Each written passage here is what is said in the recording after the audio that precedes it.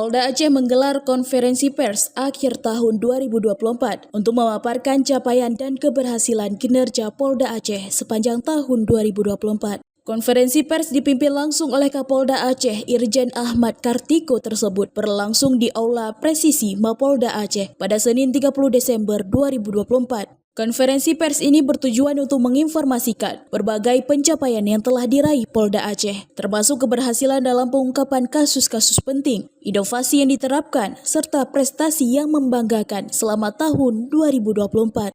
Kapolda Aceh Irjen Ahmad Kartiko memaparkan capaian kinerja di berbagai bidang termasuk penegakan hukum, pengelolaan sumber daya alam, pemberantasan korupsi, hingga upaya mitigasi bencana alam dan penyalahgunaan narkoba.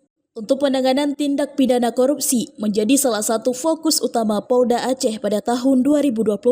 Sebanyak 33 kasus korupsi ditangani sepanjang tahun ini, di mana 8 kasus ditangani Ditreskrimsus Polda Aceh, sementara 25 kasus lainnya ditangani oleh jajaran Polres. Dari jumlah tersebut, 19 kasus berhasil diselesaikan dengan total 62 tersangka. Namun, hingga akhir tahun, masih ada 34 kasus yang masih dalam tahap penyidikan.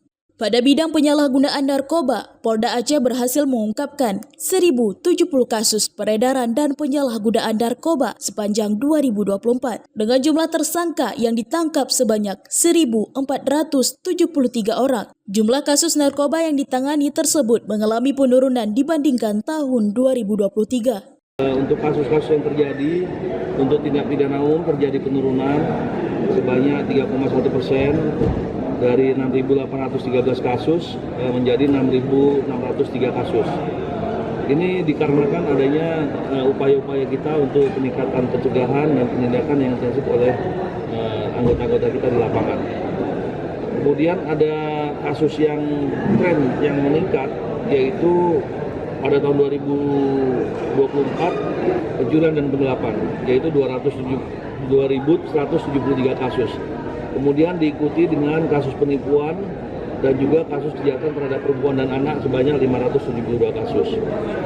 Kemudian ada juga beberapa kasus tindak pidana perdagangan orang yang ditangani oleh Krimum dan juga kasus tindak pidana perdagangan manusia terkait dengan ilegal migran Rohingya, dan juga ada beberapa kasus yang kita tangani terkait dengan sumber daya alam seperti kasus lingkungan hidup, illegal logging, tindak pidana terhadap mineral dan batu bara, pertambangan, tindak pidana terhadap migas dan KSDA. Jadi seluruh kasus-kasus yang kita tangani kita harapkan bisa berproses dan maju ke pengadilan untuk divonis pelakunya. Dalam refleksi tahunan, Kapolda Aceh mengapresiasi seluruh jajaran Polda Aceh yang telah bekerja keras menghadapi berbagai tantangan. Ia menyebutkan keberhasilan di bidang pemberantasan korupsi, pelestarian lingkungan, dan pemberantasan narkotika sebagai bukti komitmen institusi dalam melayani masyarakat. Dari Banda Aceh, Lala Nurmala melaporkan untuk Puja TV.